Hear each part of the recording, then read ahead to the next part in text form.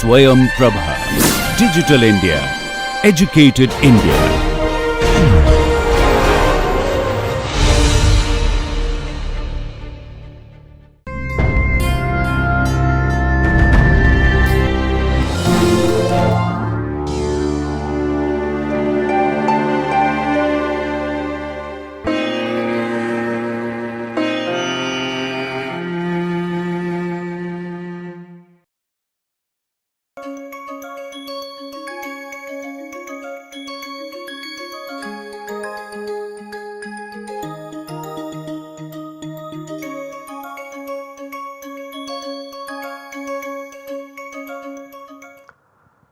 Hello, welcome back to today's discussion on Cytochrome P450.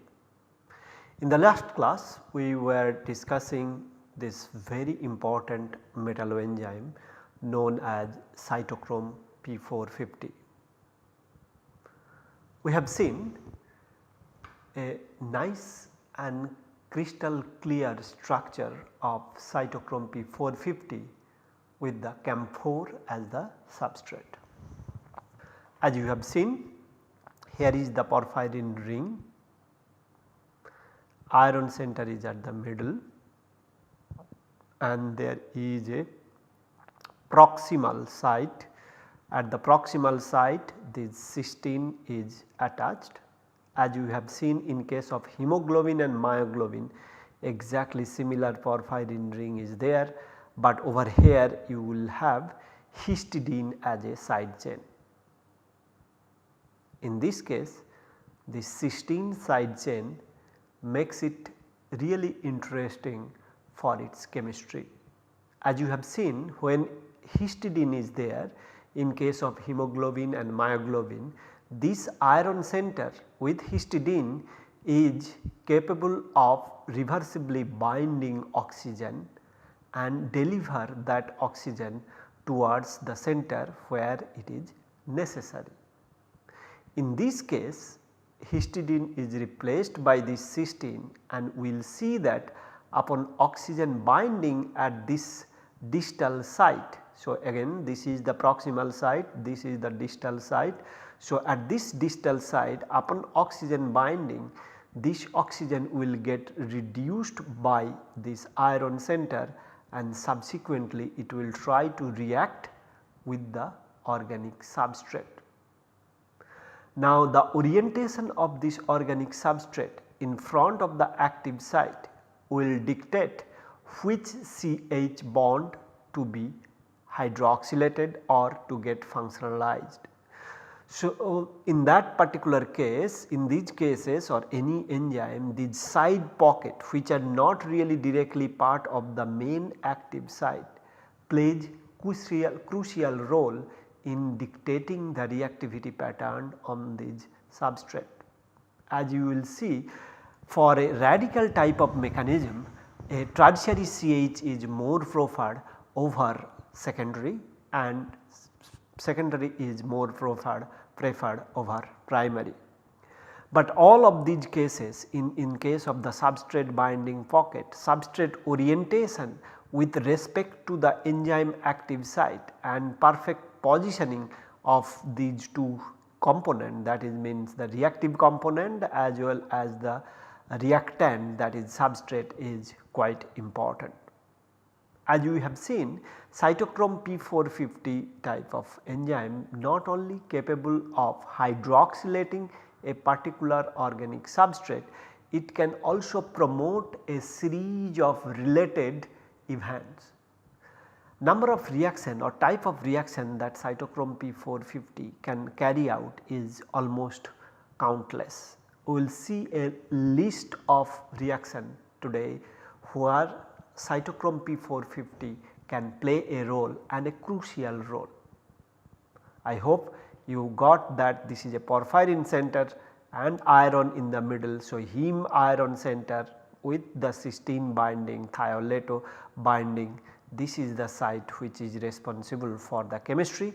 We did not show here any oxygen species yet because this is the crystal structure that obtained. Obtaining crystal structure with an oxygen binding is always very difficult. because those are very reactive intermediate and the binding may not be too strong, and therefore getting a crystal structure is next to impossible. Although many attempts has been made to get these crystal structure.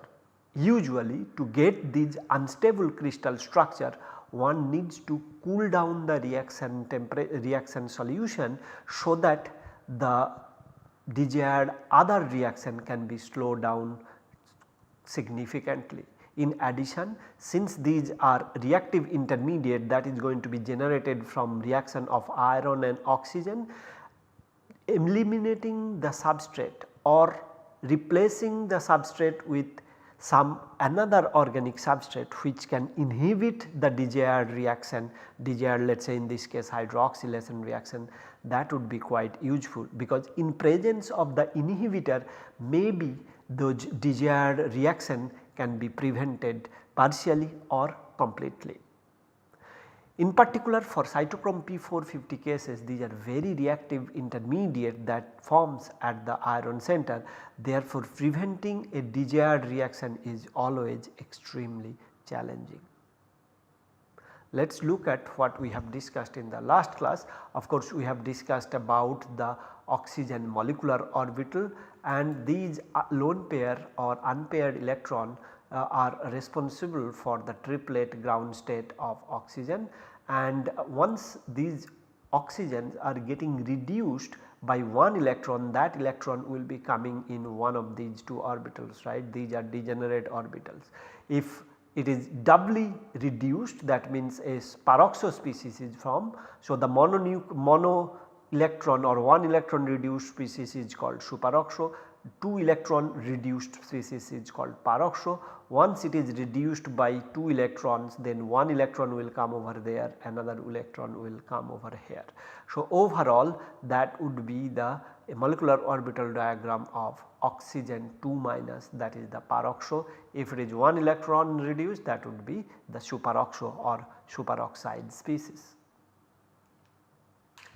In the whole process, in converting oxygen into some useful compound such as aliphatic substrate can be converted to hydroxylated product, you still need to have a second oxygen atom reduced subsequently to form the water. So, these 2 electron that is required to reduce this terminal or the second oxygen atom to water molecule, that is taken care by this relay of electron that happens towards the active site, as we have discussed in the last class. So, the electron hopping or transfer throughout the chain and up to the iron sulfur protein happens, and from there on it provides the electron whenever required for the oxygen reduction process at the heme iron center with cysteine bound center in the cytochrome P450. Let us look at some different type of reaction that we have discussed in the last class. So, if you are taking an organic substrate such as aliphatic substrate, it can be reduced. So, this is from a review article. Okay, we have the review article, yeah, I think one of these review article, yeah, okay, that is mentioned over there, Chem Review 1996, that is the article. Let us go back. Okay. So, Chem Review, this is from Chem Review 1996, where hydrocarbon hydroxylation can be occurred. So, this is a summary of the cytochrome P450 reaction. Here you see that a CH bond can be reacted to give the COH, aliphatic substrate hydroxylation chemistry. This is one of the easy to understand reaction. So, where a hydrogen atom abstraction at this center will occur, and the OH iron 4 hydroxo that gets generated over there undergo rebound to give the C hydroxylation reaction. One can think of taking an olefin as a organic substrate as opposed to this aliphatic sp3 CH bond. These iron oxo species that you have seen getting generated in the last class, that iron oxo species, these are high valent iron oxo species, iron 5 oxo, you cannot talk it as a iron 5 oxo, it should be a iron 4 oxo with porphyrin radical cation being there can transfer the oxygen atom to give you the epoxide species. If you are taking a terminal alkyne, let us say phenylacetylene or alkyl acetylene moiety, it can be subsequently transformed to the corresponding terminal carboxylic acid. That is quite phenomenal reaction, I will say, and you see this is an quite interesting kethyl intermediate that is proceeding for the reaction. So, abstraction of the CH bond from this and the rebound of the hydroxo and then subsequent rearrangement will give rise to the C double bond O intermediate. So, let me draw that reaction just quickly. So, if we are trying to draw this reaction, it would be, so C triple bond CH we have, and then R we do have, and let us say this iron oxo intermediate is there. This should be iron 4 oxo with a radical cation which is essentially iron 5 oxo. So, this will gives rise to the abstraction of this species, and we will have Rc radical plus this species will be giving rise to iron hydroxo. This is going to be an iron 4 hydroxo. This radical and this hydroxo then combine. So, iron 3 hydroxo getting generated, iron 3 hydroxo is getting generated, and this C radical and this hydroxy radical will form a bond together. So, overall it will be iron COH. So, this is the oxygen that is coming from there. So, this is the oxygen coming from there, and then deprotonation would lead to the intermediate where you will see RH double bond C double bond O is forming, right. So, this is a quite simple and effective reaction and then upon hydrolysis at this center one can think of reacting it with of course this will go and that will come back. Overall this is going to give you the terminal acid moiety along with this CH2OR moiety, right. So, what we have seen right now over here is the formation of such terminal oxide species, and that gets generated from this species, right. So, what you have seen, this intermediate is reacting to give you RCH2 CO2H, terminal carboxylic acid is getting generated from this reaction. If there is an arene ring, so arene epoxidation or aromatic ring hydroxylation and along with NiH shift it will happen. So, what happens over here is the oxo species that is over there. So, it can undergo electrophilic aromatic substitution reaction at this olefin center to give the epoxide moiety, which can then undergo either NiH shift or the overall phenol formation upon subsequent rearrangement and removal of HX, right. If you are taking N-methyl or N-alkyl amine, it could be a secondary amine as is here, or it could be a tertiary amine. This amine can have reaction with the iron 5 oxo or iron 4 oxo radical cation intermediate, where this is the aliphatic sp3 center.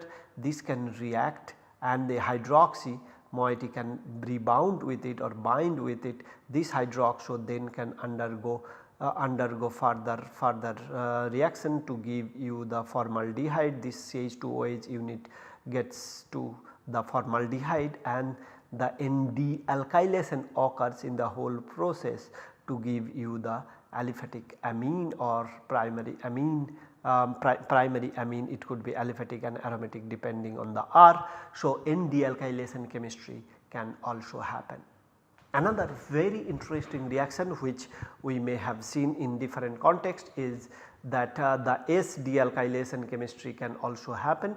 As you can see over here, these thioether RSMe can be also reactive towards these high valent iron oxo species to give you RsCH2OH moiety.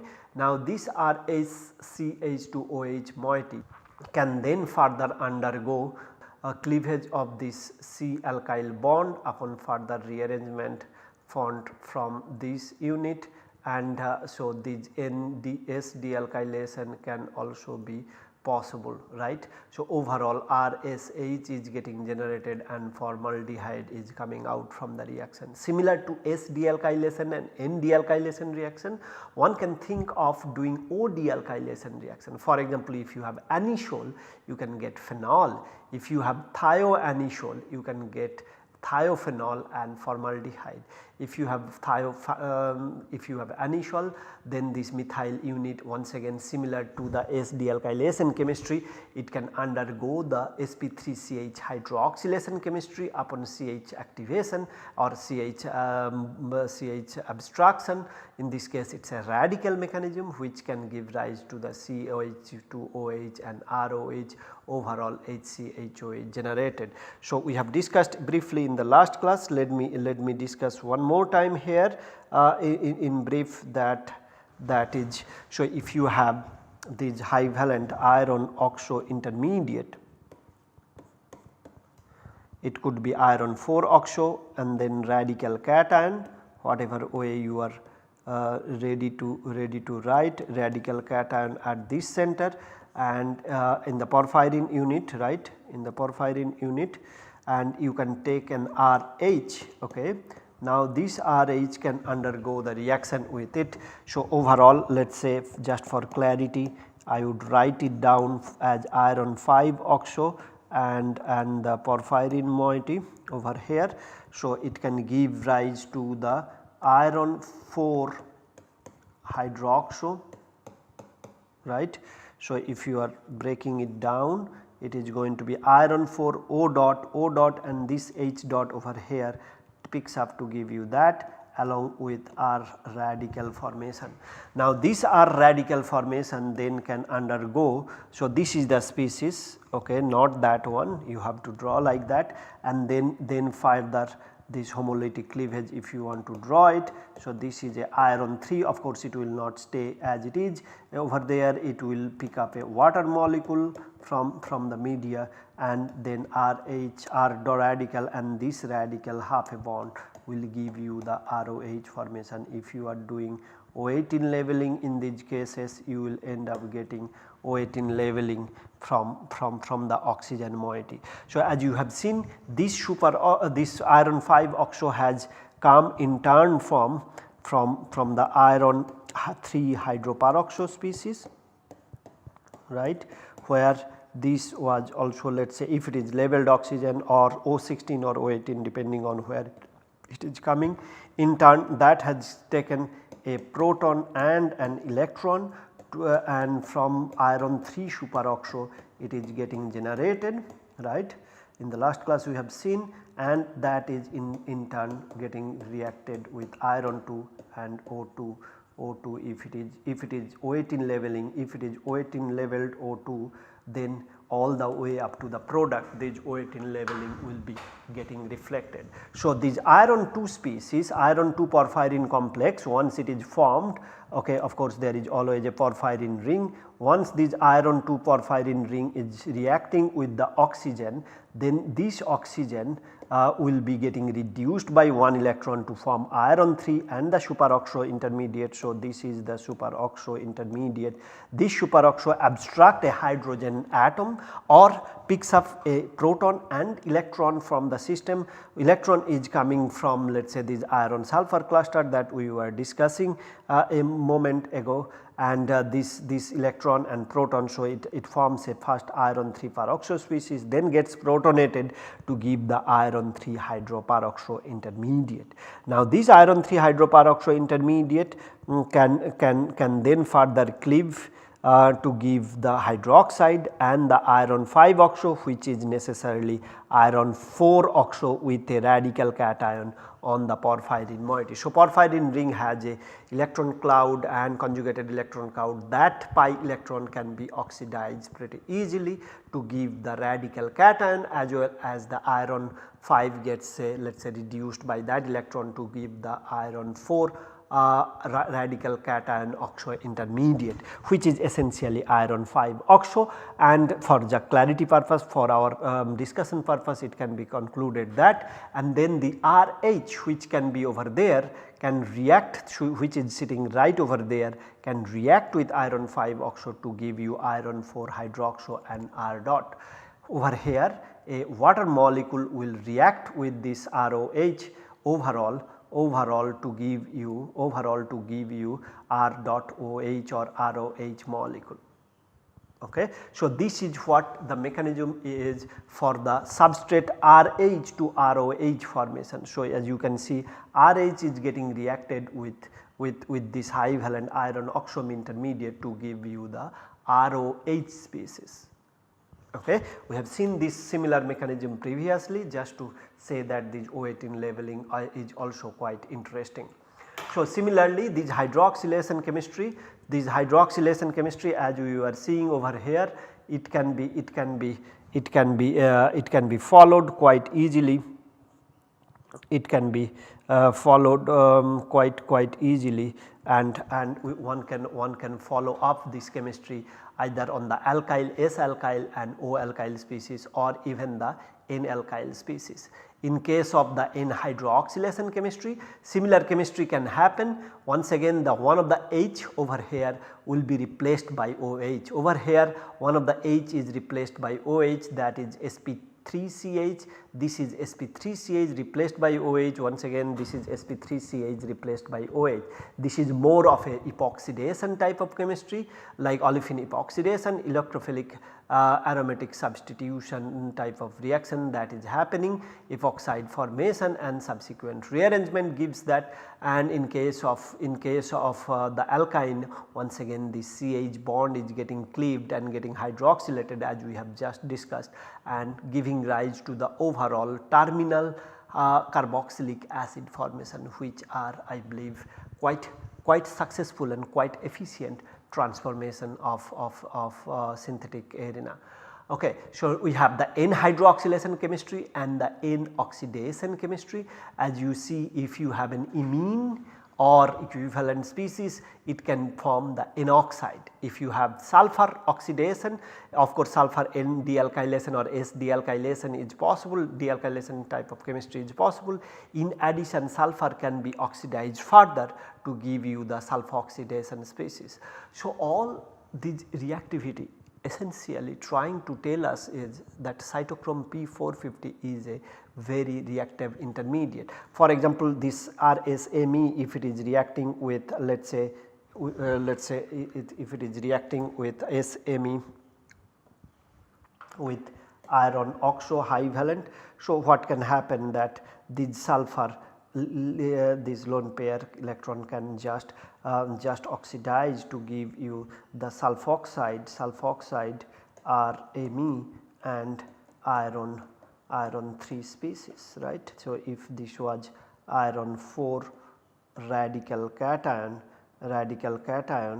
where, so iron 5 oxo, then this upon transferring the oxygen it becomes iron 3. So, these are again very fascinating reactions, and it is quite exciting to see that a versatile reaction or a series of great reaction can be performed by cytochrome P450. But remember, the major problem of the cytochrome P450 is really we are having quite a lot of reactivity. As you can see over here, this reactivity is not limited to a particular organic substrate, it almost reacts with every organic substrate. So, that is going to be quite a challenge, and minimizing such reactivity reactivity can be extremely difficult. So, if you have aliphatic substrate it reacts, if you have olefin it reacts, if you have alkyne it reacts, if you have aromatic ring it reacts, if you have N-alkyl it reacts, S-alkyl, O-alkyl, primary amine, secondary amine. So, this is primary amine, this is secondary amine. If you have tertiary amine, of course it will react to give the N-dealkylation product. If you have an even imine, it can form N oxidation, it can form the S oxidation also to give you the sulfoxidation product, not only S dealkylation product. So, as you see that even with one substrate different types of reaction it can do. So, it is a very reactive intermediate, and thanks to that iron high valent oxo species. In these cases it is equivalent to iron 5 oxo species, right. So, we will get back to that once again little later, but what is important to understand that the cytochrome P450 in turn has helped us in biosynthesis of many different natural products. For example, if one is looking for biosynthesis of the CO bond just like this, one can perhaps think of having an epoxide formation over there, and then this phenol which was over here then can attack. So, an epoxide over here and the attack can form the CO bond. Similarly, one can think of doing the CO bond formation starting from the phenol, either from this side or from this side. Let us say if it is a diphenol, then the epoxide formation over there and subsequent attack by the phenol can form this bond. Similarly, a carbon-carbon bond can also be formed in this vancomycin by this cytochrome P450. Indeed, 3 units of cytochrome P450 can be active on this vancomycin to gives rise to the reaction product or the final vancomycin synthesis, right. So, in the last class also we have seen how different how different organic substrate that is getting incorporated into our body and then further can be reacted with cytochrome P450. For example, by mistake or by accident, if this benzopyran molecule is getting incorporated in our body, then this highly conjugated and highly of course delocalized pi electron system, which are relatively easy to react with a high valent iron oxo intermediate, it will end up reacting as if like this is an olefin, isolated olefin in a way. So, this olefin can be reacted with the iron 4 oxo, or in this case iron 5 oxo equivalent, to give rise to this epoxide ring, which can then ring open to give the cis hydroxylation intermediate, which again can give rise to this epoxide formation at this side, which is truly isolated olefin double bond, and this epoxide formation and further damage, further ring opening can ensure that such molecule, benzopyran molecule, can interact with the DNA, and during this formation and or via this formation it can react with DNA itself. It may not be reacting with the DNA, but this species particularly is going to be very reactive, or this species derived from this is going to be very reactive and is going to damage or intercalate, interact, bind with DNA, and is going to destroy the DNA significantly. Alright. So far we have seen that these reactions are quite powerful.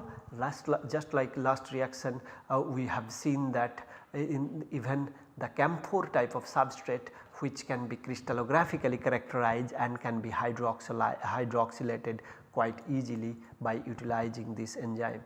Alright, we will come back and discuss this reaction, beautiful reaction, slowly with respect to the cytochrome P450 activity. I hope you will keep studying this, and we will start here on the camphor substrate in the next class. Thank you very much.